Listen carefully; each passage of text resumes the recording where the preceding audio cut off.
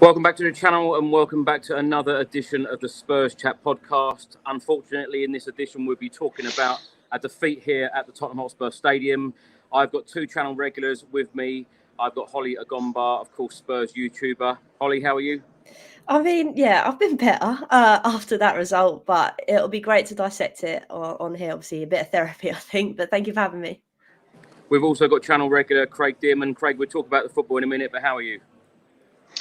Yeah, I'm all right. You know, I was really hoping we could push on the last two games because we've got a really tough run coming up in April. I've said it before. We need to get those points on the board because there's anything guaranteed in the Premiership, but you know they're going to be really tough games coming up. So just really disappointed today that we didn't show up. So we're live on YouTube, we're live on Facebook, and of course X as well. So please do get involved. Let us know your thoughts on today's game. Of course, it was Tottenham Hotspur 1, Wolves 2. Gomes putting Wolves 1-0 up in the 42nd minute. Kulusevski equalising for Tottenham just after the half-time break, and Gomes getting Wolves winner in the 63rd minute. Spurs are now down to 5th in the Premier League table. We've now played 25. We've won 14. We have won 5, lost 6. We have a goal difference of plus 14. We have 47 points. Aston Villa, of course, won 2-1 away at Fulham today. They are back in the top 4. We're now 2 points away from the top 4. We're now 10 points away from league leaders Liverpool. Now, the match stats today, Spurs had 71% of the ball to Wolves 29%. We had 15 shots to Wolves 12. Shots on target, Spurs had 4 to Wolves 7. Of course, Spurs didn't register any shots on target in the opening 45 minutes. Of course, we will discuss that in this episode. Corners, Spurs had 10, Wolves had 4. Fouls, Spurs 8, Wolves 13. Now, Hollie, let's come to you first. Your thoughts on today's game? Just a bit rough, to say the least. I think that's the best way to kind of put it. It was another frustrating first half of football. I really wanted us to go out a bit more, considering obviously after the Brighton game, it was the same old, same old. We've kind of started a bit slow. There were sloppy passes left, right and centre. And then you think, let's get into half time and really step up the gas. And we kind of did for a little bit, and then it all went downhill again. It's just a very disappointing result. Like we've already kind of mentioned, in a sense, we've got a lot of fixtures coming up that are going to be difficult. This is one to try and cement a good form going into the next one. But yeah, it was annoying. And the thing is, as well, I don't want to use it as an excuse, but obviously last week used the excuses. Everybody's just come back. It's not quite clicking. Then we lose 2 of our fullbacks and we're back to square one again. So yeah, for me, it's just a disappointing and frustrating game. Probably a lot of people in the comments at the moment are saying, where is Ange ball? You're saying it's not clicking. Why not? Why are we not seeing Ange ball right now?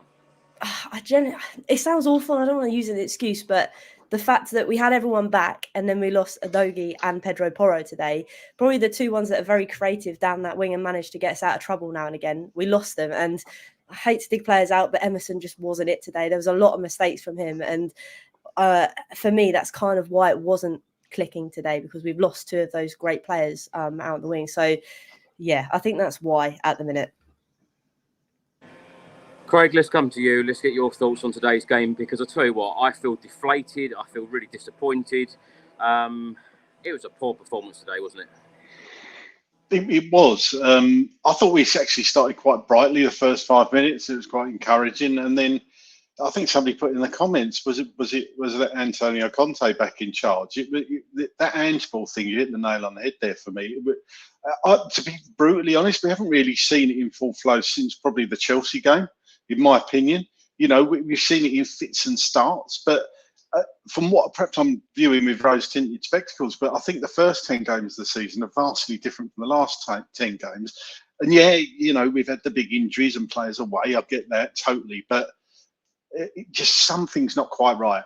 And like Hollie said, the loss of Porro and the doggy, obviously massive losses for us. A lot of the play comes through them, and there's different technical facets of that position that Ange wants now that Royale and Ben Davies just simply cannot do, because those aren't the type of players that can do that. And that's certainly got to be addressed in the summer transfer window. But if you're so reliant on that, I wouldn't say they're totally to blame today, personally. But you know, it was a big part of it that the play was disjointed. It was nothing really working, linking up. There was a few nice touches around the box, but I think for me, the inability to break teams down, play a low block again has cost us. More shots sometimes rather than getting it out to the wings and driving it across. Try something different. Maddison had a couple of long ranges, but I can't remember much else apart from that. But as you say, the end seemed to be completely. It's weird. I mean, you see things like Ange out trending. I just can't believe people are still saying that. It's just ridiculous. But something's not quite right. And you know, we've now got two-week break essentially, haven't we? I think so. You know, it would have been nice to go into that 2-week break still in fourth, but hey ho, we haven't, and we move on. So I don't know quite what's wrong, but for me, I just like to see a bit of variation. And I think we're trying the same things and coming up against a brick wall like we did today. Craig, when you mentioned that first 10 games of the Premier League season, of course, we were unbeaten. Everything was going tremendously well. Now, when I watched the training sessions and the games during pre-season in Australia, Thailand, Singapore, I know the Thailand one obviously got postponed in the end or cancelled, but everything was about the ball moving extremely fast. Vicario and the back four today, they seem to spend too long or a lot longer than what we're used to on the ball. Why do you think that is? Yeah, I don't know. If that's how Ange wants them to play quickness, which like you say, we think he does, then he's not going to be happy with that. It seems to be like the first half, again, we didn't come out, did we? We just didn't perform, start of the second half, started quickly. But they're not doing the basics, what he wants. I don't get it. I don't know why we're doing that. Are they trying to lure Wolves on because they're sitting low block and they're just because sometimes you see Romero just holding onto the ball, knocking it about to Van de Ven, and then going. As soon as they see the gap, as soon as they see the pass is played, and we're off. But I don't know. I don't know why they're doing it. I mean, is this a different style of play because we had Ben Davies and Emerson Royale on the pitch today? To be honest, I thought we'd be a bit more defensively solid today because they're two players that are more defensively minded, but that was the absolute opposite, wasn't it? It was just a weird game. I mean, Neto played pretty well again for Wolves, which always doesn't help. God, I think we've got to go after him in the summer, to be honest. He's such a good player. I'd really love to see him at Tottenham. I think he'd do wonders for us. But yeah, I don't know, Chris. Perhaps some people in the comments will have some ideas on what's changed, because I'm a bit baffled at the moment. You know, that they have all week to work on this stuff. You know, there's no distractions. And yet, you turn up on a Saturday and it's something completely different to what was, like you say, the first 10 games of the season. It's really strange. Very, very strange. I'll be completely honest. I'll tell you what, I went in at half-time feeling very disappointed, but a part of me felt that we were a little bit lucky only going in 1-0 down at half-time. Hollie, what did you make of that first half? And, should we give credit to Wolves? Because Gary O'Neill, in my opinion, has done a superb job since going in there in the summer. And, he's beaten Tottenham again. He's done the double over Tottenham, 2-2-1 wins this season. Should we give Wolves more credit, or were Spurs really poor today? It's a difficult one, isn't it? Because, like you say, there was that chance. I can't remember who it was, but he literally skied it over the bar very early on. And you're thinking, Wang Hee-chan. That's the one. There we go. And you're thinking, if that goes in, we're already down a goal already. So, yeah, I think some credit does go to Wolves. And like you said, they pounced on the fact that we weren't quite on our A game. And I think from looking at our previous games, I know going back to the Brighton one, we started slow there. So he's obviously thinking if we get on them hot on the press straight away, we'll give them something to think about, which is kind of what they did. So I think some credit is deserved to Wolves, and they never gave up throughout the whole game, not just in the first half. And especially that bit of passage, I know I'm moving on to the second half, but there was that bit of passage where we put a lot of pressure onto them, and they still managed to obviously take it all in. And I think he's just very clever at knowing that we're going to come out, play that high line, and they're going to attack us on the break, which is pretty much what they kind of did most of the game at times. So, yeah, I think they definitely deserved the goals that they managed to get, and obviously overall the win. It's just so frustrating because we know how good these players can be when they're all clicking together. Hollie, do you worry from now until the end of the season now? Because, of course, Craig mentioned earlier that that great start that we had, the 10 games unbeaten, sitting top of the Premier League. I know some people were getting carried away saying we're title contenders. Some people, were saying calm down. It's all about top four. It's about playing attractive football. And, some people are saying that it is all about the process. And, as long as we can see things going in the right direction, which, we can. Disappointing today, but of course we can see where Spurs are going under Postecoglou. For you, would it now be extremely disappointing if Spurs did not play in the Champions League? And I also want to add another question in. When you think about the injuries and suspensions that we have had, if you put in European football, if you put in extra League Cup games, FA Cup games, etc., are Tottenham going to be good enough to compete in all these competitions next season? Wow, that is a double whammy of a question. It's difficult. I think I'd be disappointed in terms of, like, say, where we started at the start of the season to then slowly drop off. But I think it's kind of warranted with those suspensions. Yes, they were kind of hard doing, but with those injuries, nobody could foresee, obviously, us losing Mickey van der Ven. And you can see in the last couple of games, Mickey van der Ven is just something else. And he is class at the back. I think without him, we'd be totally somewhere different. But I think for us, perspective has kind of changed because with that new manager coming in, I talk about it all the time, with Ange coming in, not many of us kind of knowing what to expect. The fact that we lost Harry Kane to now sit to be where we are now, I'd be disappointed, but I'd also think in the back of my head, wow, it could be a totally different game. We could be further down the league table because we're trying to trust this process. But because we've started so well, that disappointment is sadly going to bring us down a bit more than what it would have done. In terms of whether we're going to get through next season, if we have Champions League and cup games, it just depends on recruitment, which is a really boring answer to give. But the way that we started, obviously, in the January transfer window, where we were getting players in that are young, in terms of, obviously, Lucas Bergvall, which I think for me is pre-planning, which is something I haven't really seen from Spurs in a long time. It gives me hope that in the summer, we're going to hopefully have, if we get Champions League football, to have the extra pull of being in Europe is going to be able to get those players across at a higher caliber that we kind of need to see us over the line. But I think we also forget we've got these players coming through the youth system as well, that some of them I think are proving that they could slip into this role. And with those cup games, there's an excellent chance to give them a bit more exposure into the first team. So with my boring answer, it's going to have to wait and see till the summer, see whether our recruitment is up there. In his press conference just now, Ange Postecoglou was asked, is there any psychological tricks that he can pull out to lift the players? And his reply was simply, I'm not a magician, I'm a football manager. Craig, let's come to you. Same question, really. Would you be disappointed if Spurs didn't get a Champions League spot? Because, of course, we've got the likes of Manchester United right behind us as well in the Premier League table. We can't afford to keep losing games like this, especially at home. And as you've already mentioned earlier on in the podcast, we've got some very difficult games coming up in the remaining 13. Yeah, I would be, actually, considering that we're England are in pole position to take that 5th Champions League spot next year. Obviously, the more wins that our clubs get in Europe, the more points we get. And if City or somebody else, Villa, win their respective trophies, or even West Ham, God forbid, I think we guaranteed it. So it's not just 6th place, but, imagine if we got 6th spot and Villa and Manchester United finished ahead of us. I mean, that would be a disaster at this stretch, because Manchester United aren't, I wouldn't say they're the basket case Chelsea are, but, they've had an up and down season. Villa have been in Europe, cracking team, but they haven't had the injuries we've had to deal with. So they've kind of just ticked over and pushed on, and they're managing at the moment to deal with Europe and the league and still be up there. And obviously they won again today. I would personally be very disappointed if we didn't get a Champions League. At the beginning of the season, I didn't really think it was realistically possible, but you see the first 10 games and you think perhaps we all did get a bit carried away that we were going to finish 2nd or 3rd. I think I've said that on here a couple of times. But the last few weeks, it just hasn't clicked for me.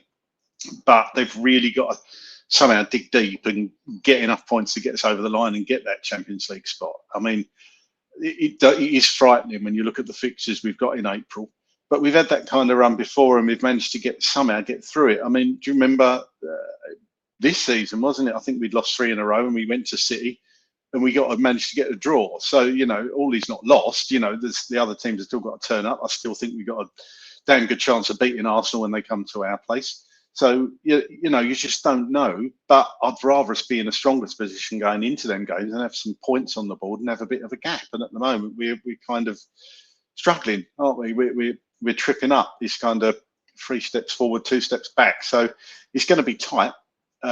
We've got to just believe that we can get over the line. And I think Hollie's right in the summer. I'm not even thinking about the possibilities next season is going to bring, because if we do get Champions League, obviously back in both domestic cups, then they're going to have to plan for that and keep the rebuild going and get in better players for the positions we all know that we still need them. I mean, if Vicario gets injured now, what we're Forster out, where does that leave us with a goalkeeper? God forbid. I don't even want to mention that, but you know, there's positions we've got to look at.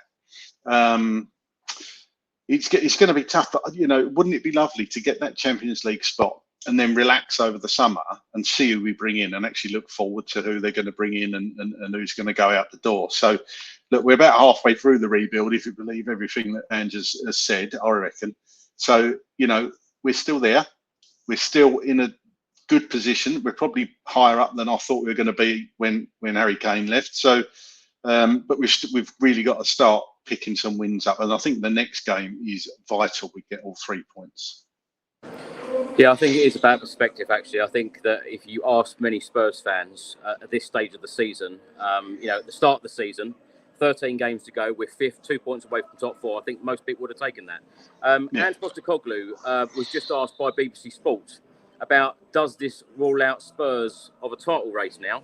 His reply was, we're trying to be the best team possible we can and progress this year to build something that doesn't change. Our focus is trying to finish strong and developing our football team. Hollie, let's come to you. Stephen writes here, lose Udogie and Porro. I said go 3 at the back, Radu, Van de Ven, Romero, use Bentancur and Højbjerg to protect the back 3. Any combination of Maddison, Son, Werner, Johnson, Kulusevski, Richarlison, Sarr, Lo Celso, Basuma, Royale, Davis was a bad decision. Now, let's come on. We'll take Stephen's question, but we'll also look at the starting 11 today because, of course, Postecoglou did make 4 changes. Son in for Timo Werner, Basuma in for Bentancur, Emerson in for Porro, Davis in for Udogie. And by the way, Basuma and Sarr and Maddison were playing together or next to one another for the first time since the Chelsea game a couple of months ago. So 2 forced changes, 2 by choice. The team lineup is as follows: Vicario, Emerson, Royale, Van de Ven, Davis, Basuma, Sarr, Kulusevski, Maddison, Heung-min Son, and Richarlison. Hollie, when you saw that team sheet come out, were you surprised? Any surprises for you?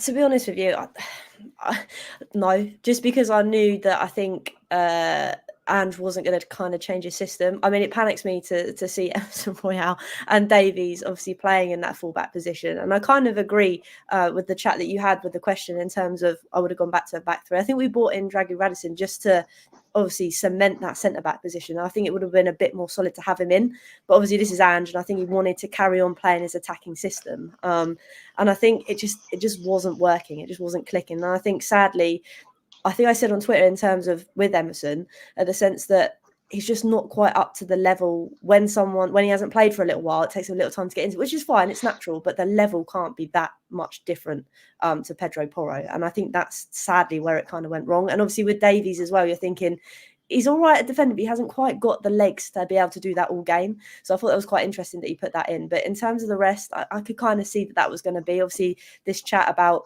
playing Decky and then bringing on Johnson. I think we've all kind of said that Johnson doesn't necessarily good at starting games, but has that bit of impact when he comes on off the bench, obviously when he scored against Brighton. So yeah, for me, I don't think there was many qualms, and obviously that I think Andrew's going to do something different. I just kind of thought, yeah, I'm going to see Emerson and Davies at the back with that lot.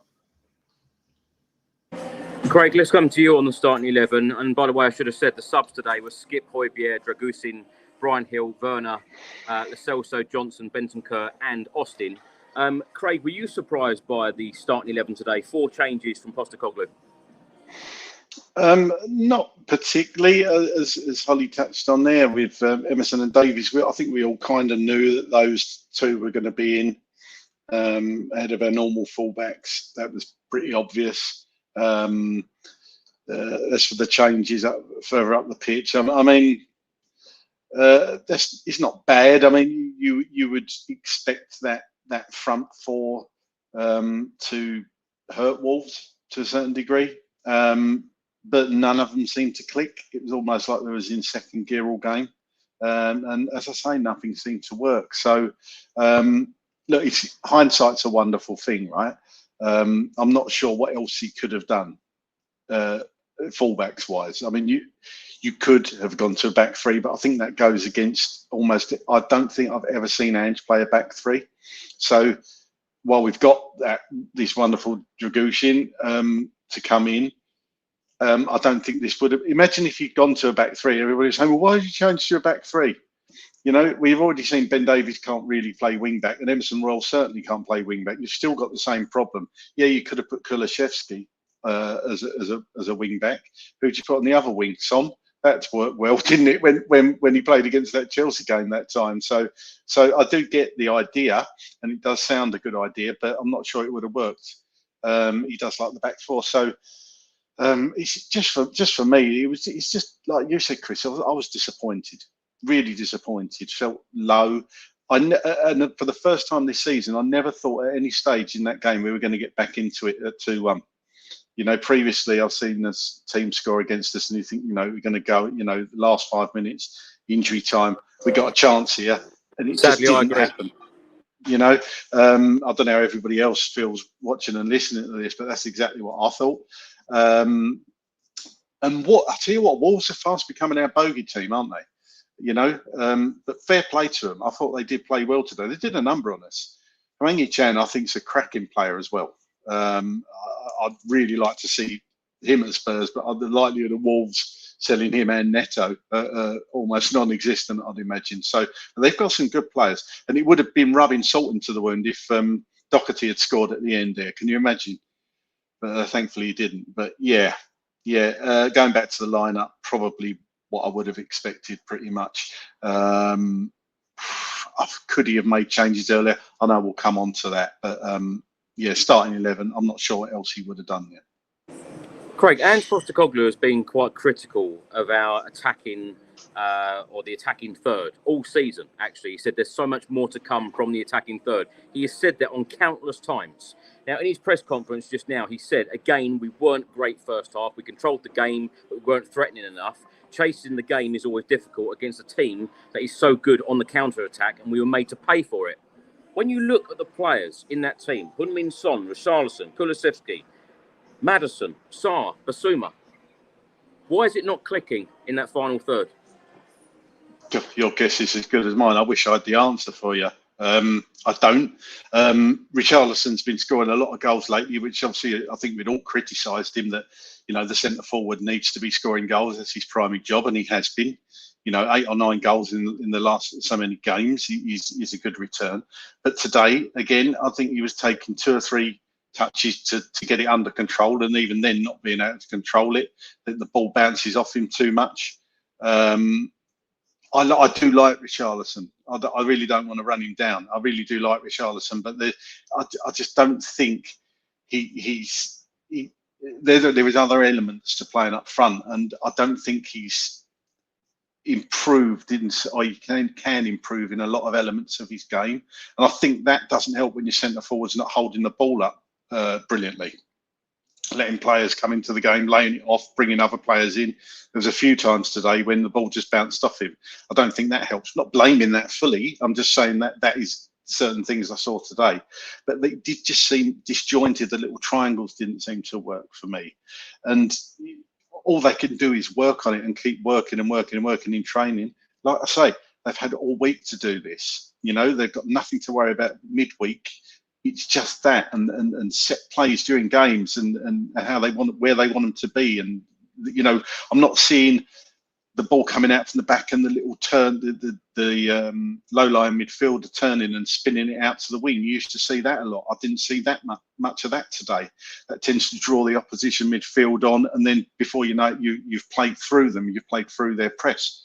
I haven't seen that the last few weeks. So I don't know what's changed. Perhaps they are trying something different. And you can't exactly say what that is, but perhaps they are trying different things because, you know, we've conceded a lot of goals. If they tweak something slightly, I don't know. but it's just not clicking. It's not right at the moment, is it? And as I say, we've got some tough games coming up, and we can't play like that against some of these other teams because they're going to rip us apart. Hollie, let's come to you. Orkan has put a comment on screen now, pretty critical of Richarlison. Richie's purple patch is over. He shouldn't be in the starting game. So poor. Put Son up front and Werner or Johnson on the left. Udogie and Porro were out today. Big misses. Quicker subs. Hollie, let's talk a little bit about the subs. Let's talk a little bit about Richarlison. I know when I was on your show a couple of weeks ago, you mentioned that perhaps Richarlison would drop out the team. And I was quite surprised, because the amount of goals that he scored lately. What do you make of Richarlison? Are we going to see the very best? And when I say that, a consistent Richarlison? The thing is, where he's had that little stint of scoring lots of goals in every single game, it's kind of then I keep saying this, we always have a high expectation for that player again to reduce the same sort of things. And I think with Richarlison, we're not quite going to get that. As much as we want that to happen, I don't think that's going to happen. But I don't know. The trouble is with Richarlison, as we all know, we've got a few players in the team that rely heavily on confidence. And it's whether you take him out, whether he's going to become a worse player when he then comes off.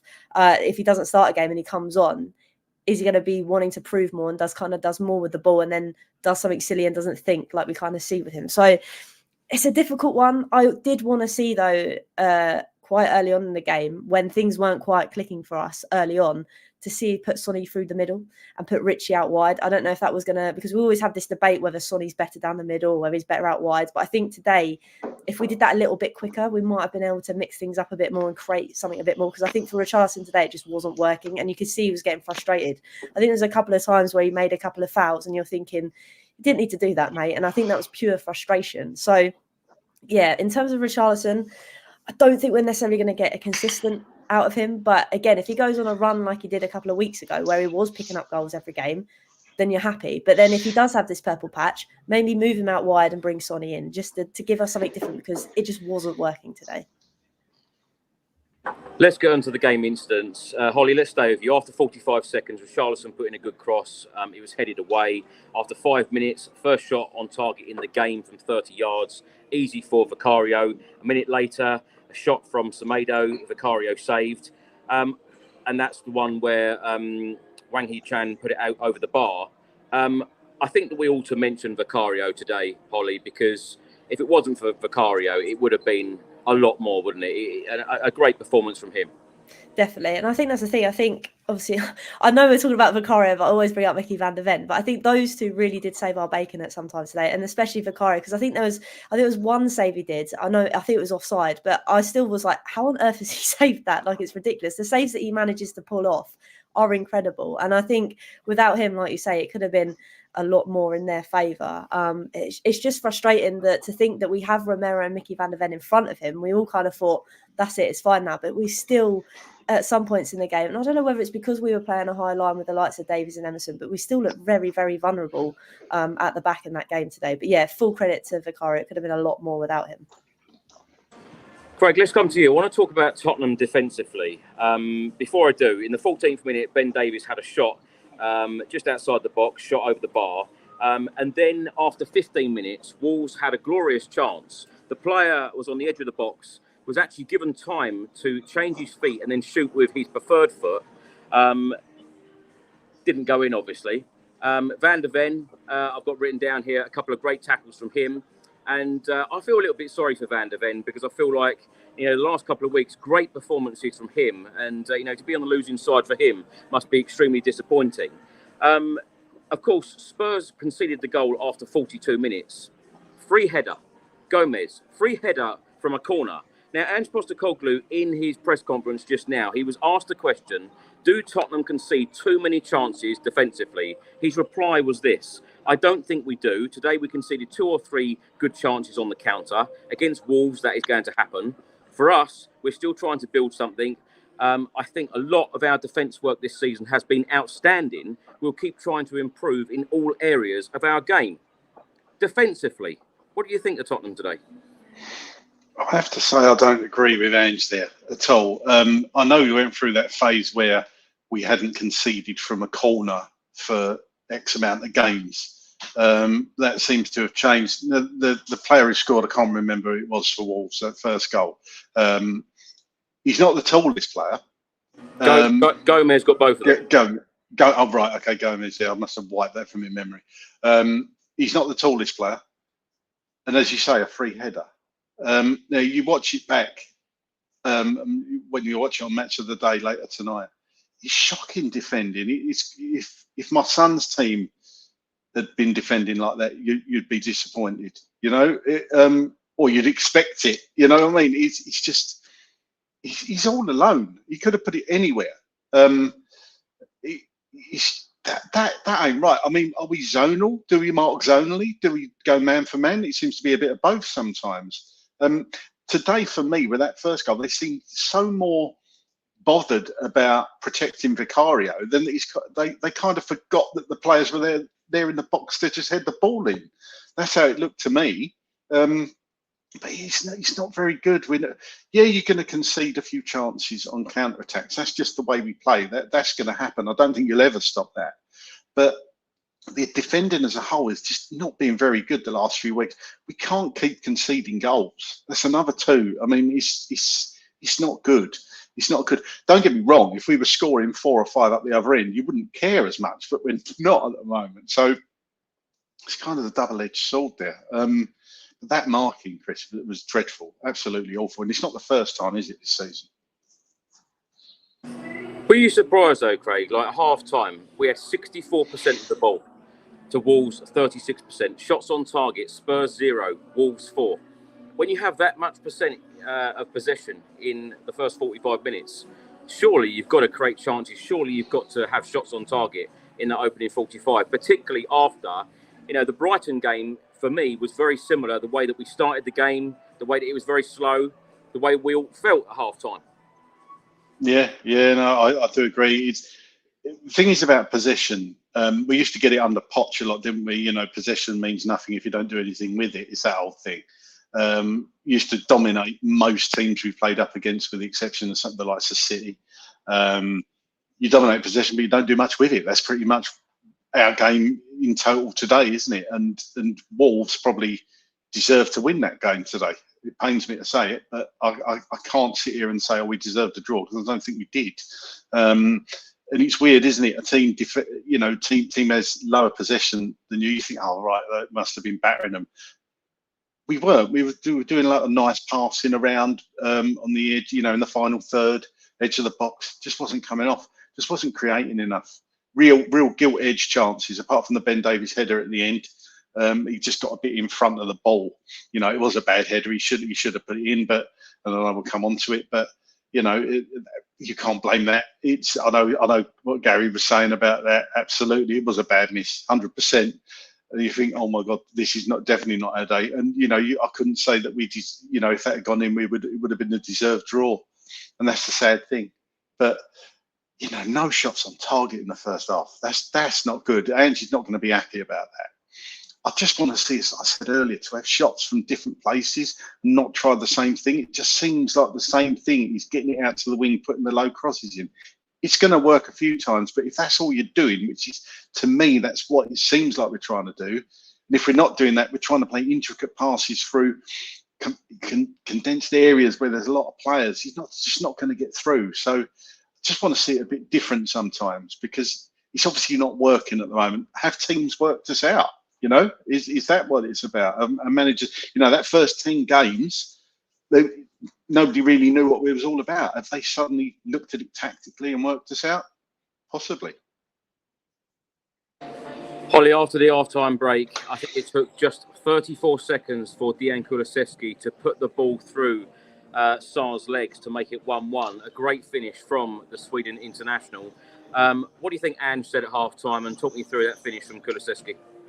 I was going to say, I tweeted, I was like, I hope Ange puts a rocket up their butts, because they need to come out and actually do something second half. And blow me, he went and did it in 30 odd seconds, like you said. So yeah, it was a strange one, to be honest with you, because I think I just about sat down and saw the ball go in the back of the net. But when I watched it back, it was almost like there's a bit of confusion in the middle of the ball. I think it was Richarlison, and Decky took the ball kind of off of Richarlison, managed to put it through someone's legs and then put it through the goalkeeper's legs as well. And it literally came from nothing, which was nice, because it was almost like there's a bit bit of desire to actually get the ball in the back of the net, which we keep talking about in terms of we're doing the same thing. But it was quite nice to see him try a little bit of trickery to go through someone's legs and then toe poke it into the back of the net. But it's something, like we said, from Spurs, that we want to see something different. And like Craig keeps going on about, in the sense that we are doing the same things. And at times I just want us to shoot. And it felt like it was like, that was it. We're going to actually shoot now, which was nice. So I think it's good for Decky as well, because obviously there's been a little bit of criticism from him in terms of, is he the player he was at the start of the season? I know you can say that a lot about a lot of players, but he is coming under a little bit of fire. So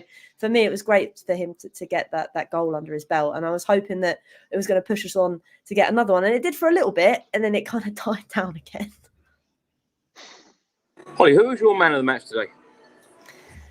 I'll have to say Vicario or Mickey van der Ven, I think. And that's not me being biased because of Mickey, but I think, like we kind of said, if it wasn't for Vic, the scoreline could have been totally different. It could have been a lot more in Wolves' favour. And I just think everybody else was just so disjointed. There wasn't really a player, apart from, I know Decky scored, but there wasn't really a player in our midfield and our top line that was doing much.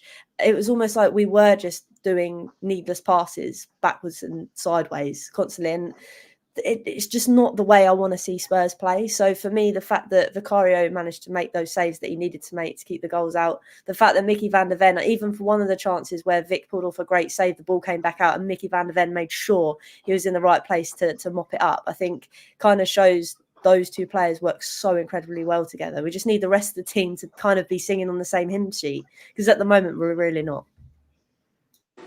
Yeah, well said, Hollie. I think two big positives today. Mickey van der Ven, again, a tremendous footballer, tremendous defender, and of course Vicario saves it yet again. Craig, let's talk about another Vicario save, because in the 56th minute, a fantastic cross into the box. Wan Hee-chan there again, Vicario there again. I've got to say, Wolves on the counter-attack, unbelievable. Gary O'Neill, like I've said, I'll say it again, has done a fantastic job since, arriving in the summer. But another fantastic save from Vicario. It was, and you're dead right about Wolves. And, apparently they've got they're one goal behind their total goal tally from last season already, and there's still 13 games to go. So you can tell that he's actually got them playing a bit more attacking football and scoring more goals. Stands to reason. Vicario, he had a couple of blips, but he was just, the saves he pulls off, the shot stopping ability is just brilliant. There was one he actually saved. It was actually offside. I think that might be the one you're talking about. But yeah, he didn't obviously know that at the time. But it was an unbelievable reflex save. But it does worry me, as I said before. Who is our goalie if he gets injured? Is it Brandon Austin? Does he come in? Because it is a worry, though, isn't it? I mean, who does come in? I'm not even going to. I'm going to wipe it from my thoughts, because that would just be horrendous. But yeah, where would we be without Vicario? And everybody was banging the drum for Raya, weren't they? Me included. Just go and get him. Just go and get him. And again, cracking bit of recruitment. And I can only see him getting better. But he's got to have. I'd rather see him do nothing. I'd rather him have nothing to do in games. As much as I like to see goalkeepers make world-class saves, but he's got to have that bit of protection in front of him. He can't save everything, as we're finding out. So, yeah, it's more work needed, I think. Craig, let's stay with you, because Stephen writes on screen here, this system only works if fullbacks are of the ilk of Pedro Porro and Udogie. We lost as soon as the lineup was announced. I spoke about this before kickoff.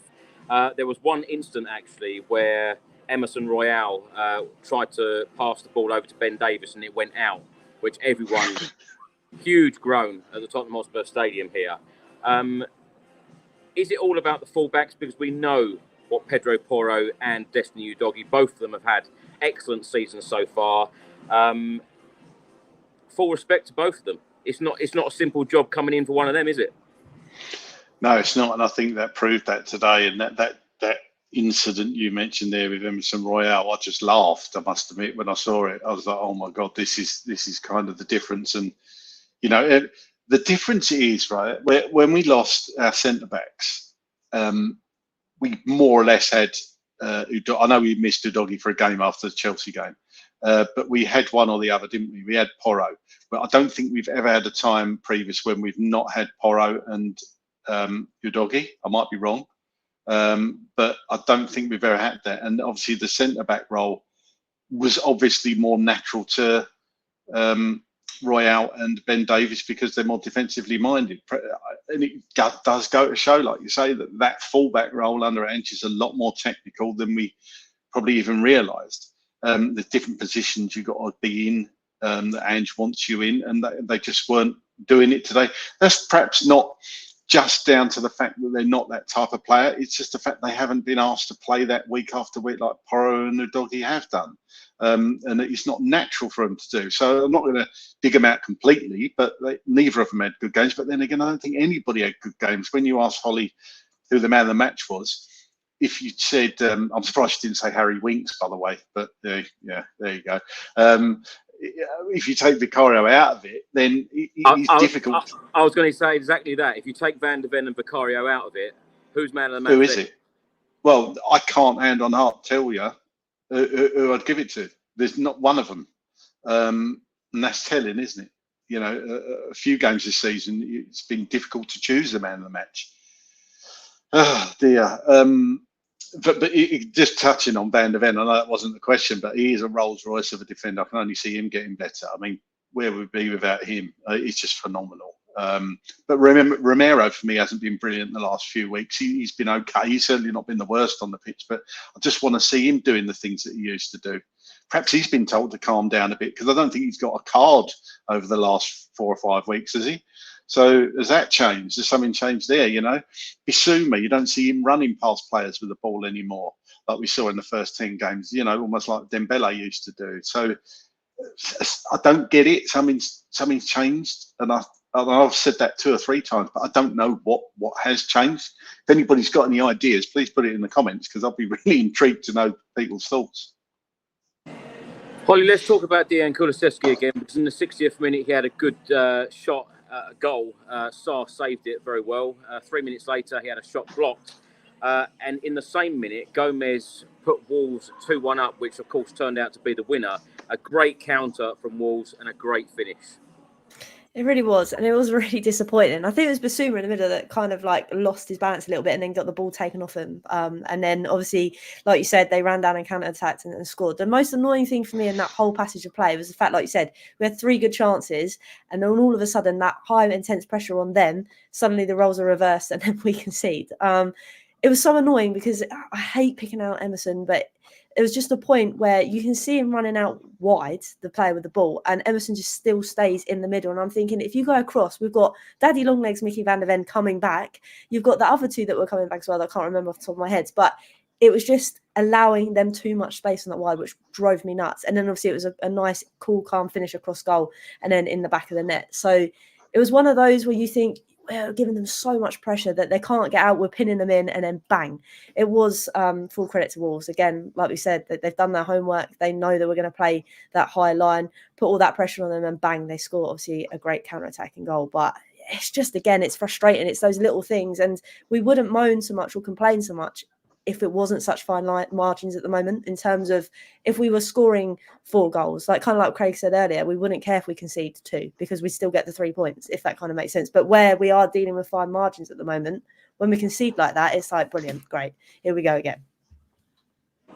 Hollie, I just want to take a couple of questions here from the viewers and listeners. Chris writes here, we just had a day off. People slating players is silly. Philippe writes, Ange's magic has fallen off. Everyone in the league has now mastered his tactics. Are they fair? Are they fair comments?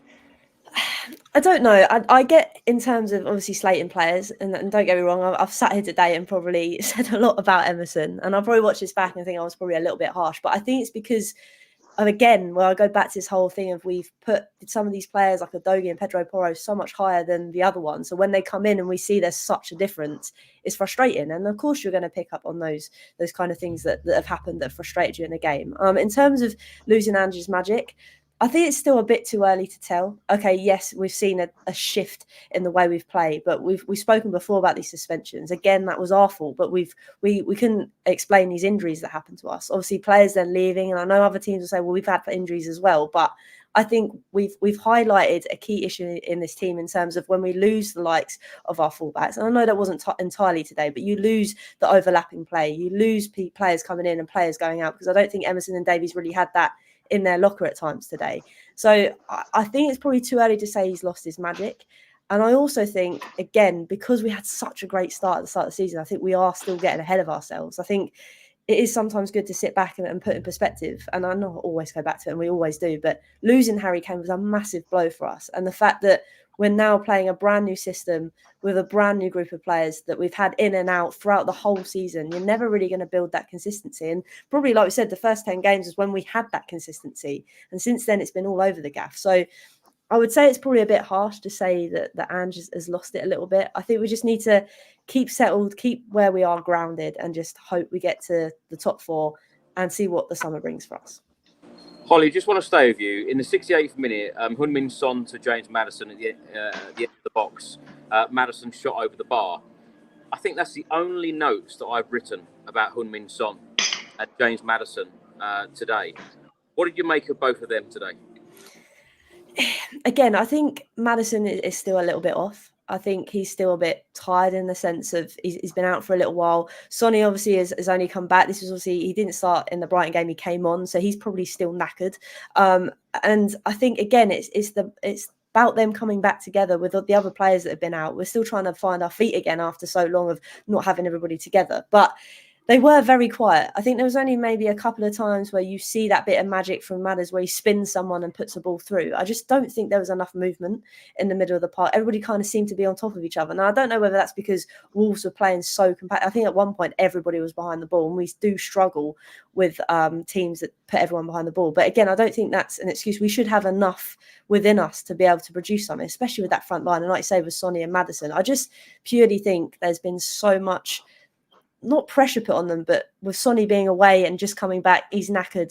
Maddison's been out for a long time. He's still getting back into the rhythm of things. And it will come.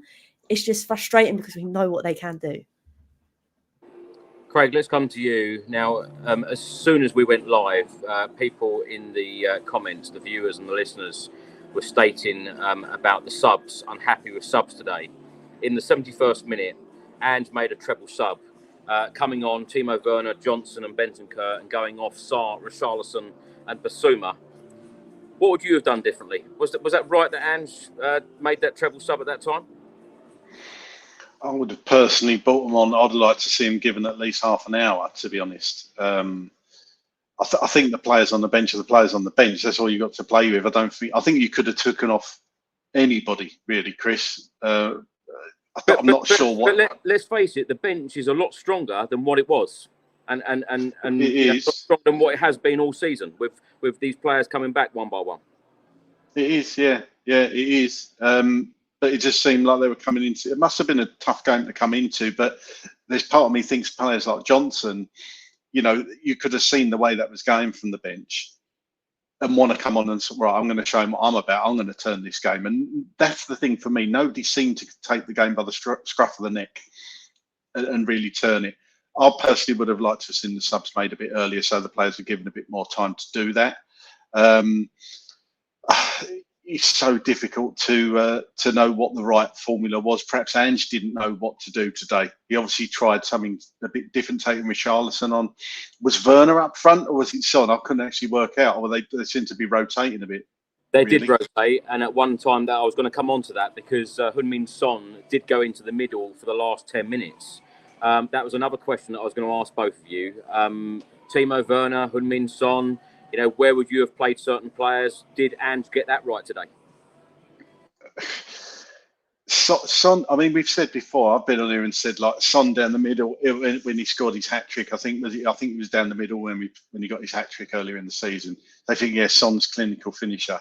And then he had some games where he was a bit quiet. And you think we all say, oh, Son's better from the left. Personally, I think Son is better from the left. But when Werner's in the team, is Son better down the middle, or could you put Son on the right? It's a difficult one. Werner certainly is not a centre forward for me because he can't head the ball. I'd like to have seen Werner on the right and use his right foot to cross the ball because he's right-footed. Kulusevski drives me nuts sometimes because all he does is cut inside and onto his left foot, and he got caught out a couple of times today doing that because players know what he's going to do. It just seems to be, for me, like somebody said in the comments earlier, it's predictable. I think that's exactly the great word to use. We are predictable, and the other teams know what we're going to do, and we need to do something differently. Whether that be getting actually, well, I think of it. I think for me, Veliz is a totally different kind of striker. He's gutted that he actually got injured, and I'm a bit gutted that he actually left. But he's young; he needs game time. But he's a different option from the bench. We seem to have a lot of players that are very similar. Having something different coming, you could say Gill's very similar to Werner. You could say Kulusevski's very similar to Johnson. Even though Johnson's obviously a bit quicker. But it's the end product. It drives you insane, doesn't it? It's that end product in the final third. It's we're used to having Harry Kane up there being clinical, having one chance, scoring one goal. Didn't always work like that, but more often than not, you knew you give the ball to Kane and half a chance and he's going to score. We've lost that. And while people are banging in the goals like Richarlison, getting the odd goal in games, 8, 9 games, scoring goals, great. It's all going swimmingly. But then you get a game like today when we're not creating chances and we're not putting shots on target. It's all very well having the possession. If you're not creating chances and not shooting, you're not going to score. And that's the part that drives me mad. I want to see us having more long shots like Maddison's one today. That was really close. More of those, Dejan Kulusevski has just said it's the worst feeling. I hate to lose. And I know exactly how he feels, as you do. Yeah. Hollie, let's come to you in the 78th minute. Another counter-attack, fantastic counter-attack from Wolves. Thankfully, they missed this opportunity. Another fantastic ball in from the right-hand side. 3 minutes later, they had a shot on target. Vicario gathered. As I mentioned, the last 10 minutes of the game, Heung-min Son played through the middle. Timo Werner then came out to the left. Hollie, another couple of subs. 5 minutes from time, Emerson Royale and Maddison going off. Lo Celso and Højbjerg coming on. At that point in the game, you think that we need to change something drastically. We need to try and get that equaliser or even 2 goals to win the game. What could Ange have done differently? Because many people are criticising the subs today. Just brought them on earlier, I think. I think we could all see when we conceded, obviously, that second goal, I was like, right, change it now. Because there was so much pressure, but those players still couldn't create something. And I was thinking, we've pinned them in so much, someone shoot, and no one was. I think when you've got a chance like that, I think that's when we should have maybe made the changes. Because bringing Gio Lo Celso on, yes, he could create something different, but he hasn't got enough time to put himself into the game, especially where he hasn't played a lot of games in a little while. It's almost like you're expecting a lot from him, if that makes sense. So I probably would have done it earlier. And the whole Sonny thing, last 10 minutes, again, I said to you earlier, I would have preferred to see Sonny down the middle earlier on in the game because it just wasn't working the way we were playing. We know, like Craig said, he's clinical in front of goal. If Richie isn't on his A game, stick him out wide and put Sonny through the middle. So it's difficult because, again, he hasn't really got a lot to work with in terms of, obviously, we've spoken about that those fullbacks were the ones that create a lot for us, and we didn't have them. So there wasn't a lot else he could have done. I just think it was the timing, again, and it's happening more regularly, I think. It's just, I don't know whether it's because we're dealing with fine margins at the moment, which is causing the trouble. But yeah, for me, it wasn't necessarily the personnel. It was more so the timing, I think. Hollie, is this team good enough to finish in the top 4, in your opinion? I want to say yes, because I think we've got enough firepower to do so. We just need to iron out these mistakes and pick up the pace a little bit, because we've spoken a lot today. It was just a lot of sideways and a lot of nothingness in terms of passing. There wasn't a lot of conviction in what we were doing. I know they were playing, obviously, lots of players behind the ball, and I know it is difficult to break those players down, but you're not going to do it sideways at a 0% pace. Like, it needs to be quick, and it just wasn't today. So if we can iron that out, and obviously with this little bit of time we've got between now and obviously the game coming up, I should hope, and I think this will put a rocket out their butts, that we're so close to everybody else above us. We just really need to kick on, and I hope that's going to really enforce the players to do so. Craig, let's come to you to end the analysis of the game today. Spurs 1, Wolves 2. Ben Davies right at the end could have got Tottenham Hotspur a point. How are you feeling when that ball was floated into his head? As I said before, I was actually thought he was going to put it in because I've seen Ben Davies hit the ball and score goals before. I think he's not that bad in the air. He's not that bad a header of the ball. I think he just got ahead of it a bit, if you pardon the pun. It just needed a touch, didn't it? Anything on it, and he got too much on it, and you could see a head in his hands. He knew what had happened to it. Can I honestly say, like I say, that we deserved it? If we'd scored, I would have took it, but no, I don't think we deserved it. But it would have kind of papered over the cracks, I think, getting a point out of that game. Bad miss, obviously, but you know, it is what it is, and we move on. It's frustrating. I'll just pick up on what the question you asked, Hollie. Are we good? Is this squad good enough to get top 4? I don't know. Every week, I feel differently. It's weird.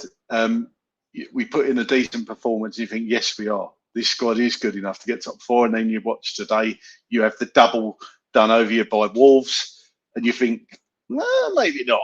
Maybe not. Maybe it's not good enough. Are we going to sneak it? I still think we could do it. I do. And as I say, I think that Champions League spot will go down to 5th. Are we better than Manchester United and Villa, or can we beat those two? It's kind of a mini league between us three, isn't it? That's what it is. Sadly, I think Liverpool, City, and that mob down the road, who seem to be annoyingly picking up some very good wins and not conceding many goals, are really pushing away now. So it's kind of a mini league between us three, and it's almost possibly going to be 2 from 3. We just got to hope, haven't we? And just keep going and keep believing. I don't think there's much else you can do. It's certainly going to be about consistency from now until the end of the season. As I mentioned, 13 Premier League games left until the end of the season to May. A long way to go yet.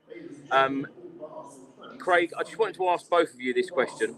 Ange Postecoglou being linked to Liverpool. What do you make of it? Nah, a load of rubbish. He's not going to go. No, I don't think he's going to. I think it's just one of those that the media like to drum up a little bit of controversy, a little bit of a talking point. I think Andrew's here for the long run in terms of this project. So, yeah, I'll just ignore that one. Hollie, let's stay with you. Next up, of course, Crystal Palace at home here at Tottenham Hotspur Stadium on the 2nd of March. We were due to play Chelsea next week, but of course, they will be playing in their League Cup final against Liverpool. So, obviously, wishing Liverpool all of the very best for that one. Now, of course, we've got a week off, so to speak. You know, all the other teams will be playing in the Premier League next week. Of course, Spurs are 5th in the Premier League right now. Hollie, our next game, Crystal Palace on the 2nd of March. Their last 6 games. And of course, Roy Hodgson is currently in hospital, wishing him a speedy recovery and all the very best. And it's an interesting one because Oliver Glasner, who has been linked with the job, was actually here at the Tottenham Hotspur Stadium today. And of course, we face Palace in a couple of weeks. So whether Roy is actually going to be given the push in the next couple of days, that's going to be an interesting one. But they have had 2 terrible results in recent weeks, losing 4-1 away at Brighton and losing at home 3-1 against Chelsea. Their last 6 Premier League games, 2 wins, 1 draw, 3 defeats. They have played 24. They've only won 6. They've drawn 6. They've lost 12, got a goal difference of minus 16, 24 points. They aren't that far away from the relegation zone. Hollie, what do you think? Has to be a win. But now when you said to me obviously about Roy Hodgson, and I wish him a speedy recovery as well, but when you say there could be a new manager bounce, I'm thinking, oh my word, especially the way we've been playing at the minute, it just kind of, you're thinking, oh God, the stars were aligning for Palace to come to play us. But we should get the job done. And I know that's a lovely thing saying before the game's even kicked off, but it's one of those, when you look at the stats, you're thinking, we've got so much firepower. We should be putting goals against them, especially if they're so far near the bottom. But as we all know, no game's easy in the Premier League, especially for us at the minute. But yeah, the fact is at home again. Yes, I know we've lost today, but again, that'll be another boost, hopefully. And like I say, these players have got a point to prove. It'd be great to beat, obviously, another London club. And it's got to be one of those that can obviously push on this bounce back in terms of picking more points up, because we've said the next kind of run of fixtures after Palace is going to be extremely difficult, and this needs to be one to set us up. And I'm going to this game, so knowing me, I'm going to jinx it as well. So hopefully I don't. But yeah, it's going to be a very interesting one to say the least. Sorry, I had to just run off. Just had a quick picture with Fabio. So he is still here. Oh, brilliant. Craig, let's come to you on the Crystal Palace game. And I also wanted to ask as well, is it a good thing Spurs having a week off? Because Ange said in his press conference yesterday about they could have played a possible friendly. Is it a good thing or a bad thing to have a week off during this part of the season? Oh, I don't think it's good personally. I think if you win, you want to keep that momentum and keep going. If you lose, you want to get it back out there as quickly as possible and put it right. It's just unfortunate, isn't it, that Chelsea are in the bloody final and we got the week off, and that's the thing, isn't it? That game's going to be squeezed in somewhere, and I bet you they stick it in between. One of the big games we've got coming up, the Liverpool or bloody City. It's frightening, that run of fixtures, like I say. But, got to be in it to win it. You never know. We could go to Anfield and get our first win in God knows how long. But, hey, it's not good, in my opinion, to have this week off. Yes, they've got longer to work on it. Yes, we could have Porro and Udogie back. I'm not sure what Udogie's done. I know Porro posted that he's back soon. I would hope that they're both back for the Palace game. You would imagine. I don't know the extent of Eze and Elise's hamstrings. I think they both got hamstrings. So will they be back? I don't know. Two big players for Palace. But as Hollie said, look, it's a win, isn't it? It can't be anything else.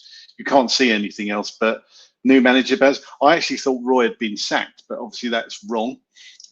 He's technically still the manager of Palace. It's a difficult one there, isn't it? I mean, how do you go to somebody that's in hospital and tell them that they've got the boot? It's not likely to happen. Interim manager, you would think this fella's going to come in and take over from Roy. But let's just say all the best to Roy Hodgson. I like Roy, and I'm sure Palace will do the best by him. So yeah, but I still want to beat him 10-0. Absolutely. Well, our 13 remaining Premier League games are as follows.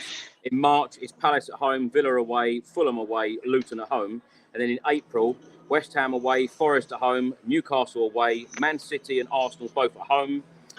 In May, Liverpool away, Burnley at home and Sheffield United away. And of course, as you both mentioned, we've got to squeeze that away game in against Chelsea.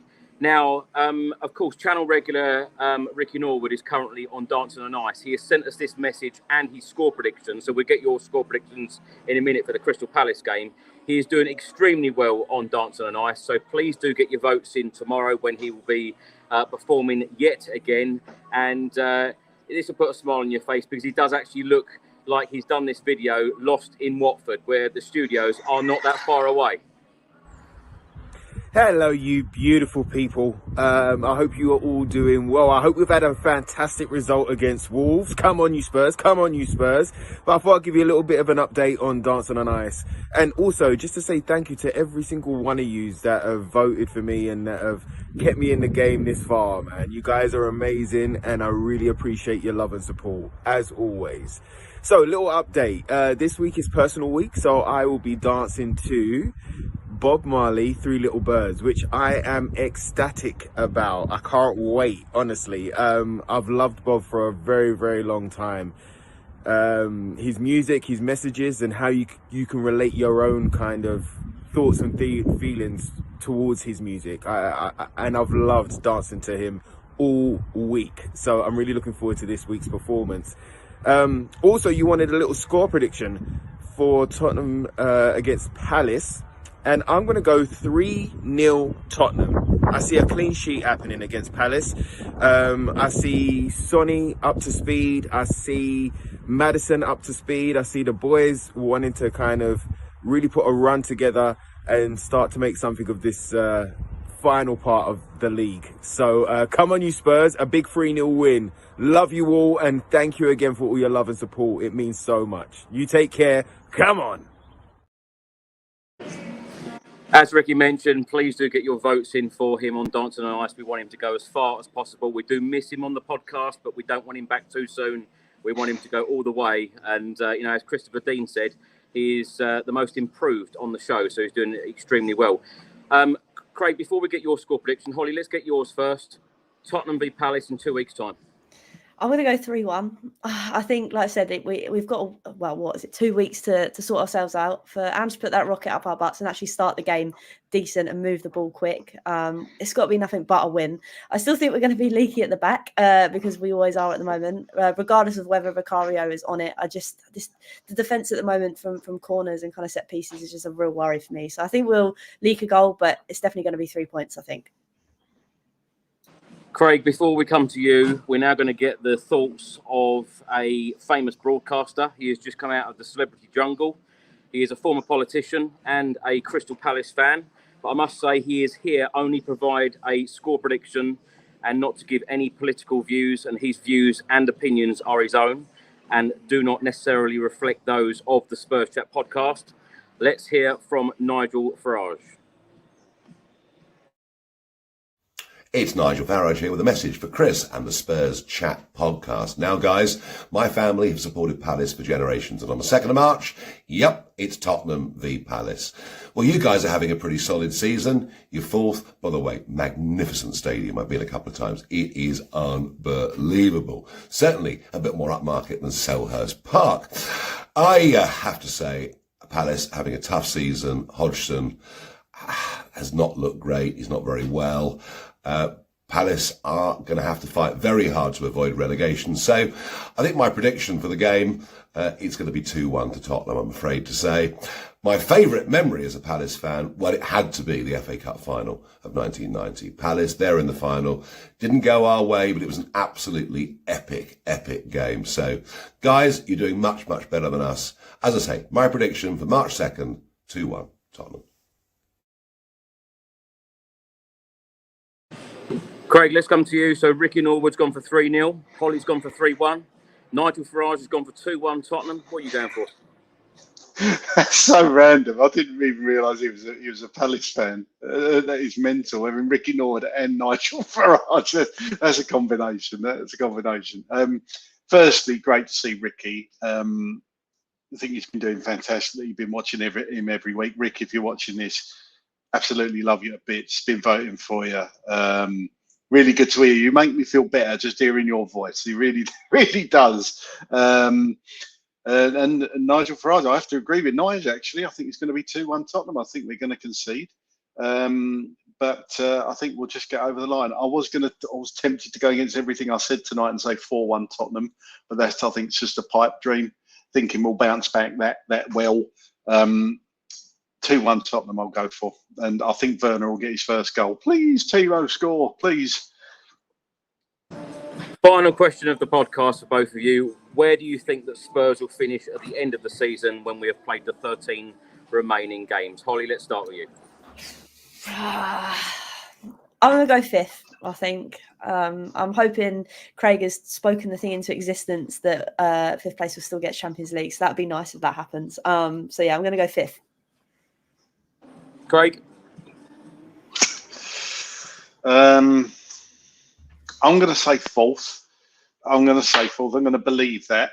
I think we're going to have just enough to skip ahead of Manchester United and hopefully Villa. I think Villa haven't had a real bad patch like we seem to have had. Hopefully they'll continue in Europe as long as possible. So they're really stretching their players. But yeah, I'm going to go 4th still. I'm going to still believe. But it's got to start against Palace. We've got to win against Palace, or else I think 5th or 6th could be on the cards. But I'm going to stick with my prediction and say 4th.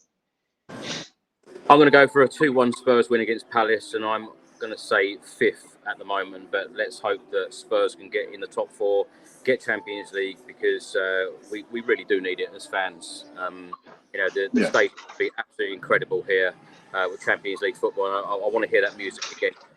Hollie, thanks so much for turning up, particularly after we've lost, and chatting to us this evening about our defeat. Where can people find your wonderful channel, and what can people expect? No, thank you for having me. Like I say, it's nice to be a guest rather than host the show. So thank you. But yeah, every Monday I do Hollie Sopswords Live, where I kind of do what you kind of do, not to the same extent, because I don't think I'd ever manage to pull Nigel Farage. I mean, that's a madness. So thank you for that. That's pretty insane. So yeah, just talk about football really, like we all do. But yeah, no, thanks again for having me. Well, check out Hollie's channel. It's a great channel. I've been on there a couple of times, and always good fun. And Craig, thanks so much for joining us as usual. You're a fantastic guest. And where can people find you? Thank you.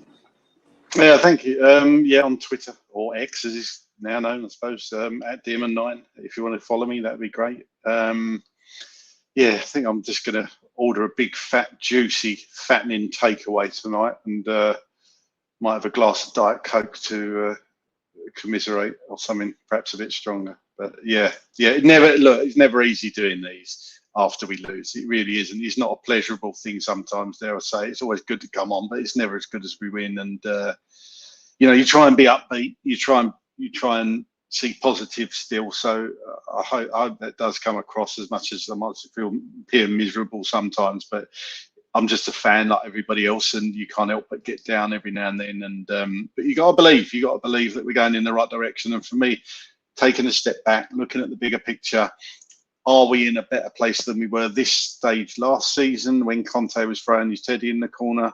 Yes, we are, and we are building something.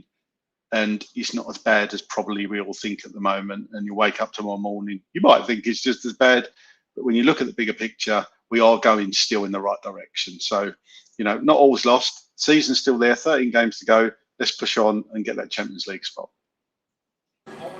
Well said, Craig. You literally took the words out of my mouth. So thank you so much for that. Hollie, Craig, thank you so much for joining me this evening. And thanks everyone for watching. Thanks for listening. Remember that these podcasts are also available on all audio platforms as well. And thanks for watching. Thanks for listening. And until the next time, come on, you Spurs.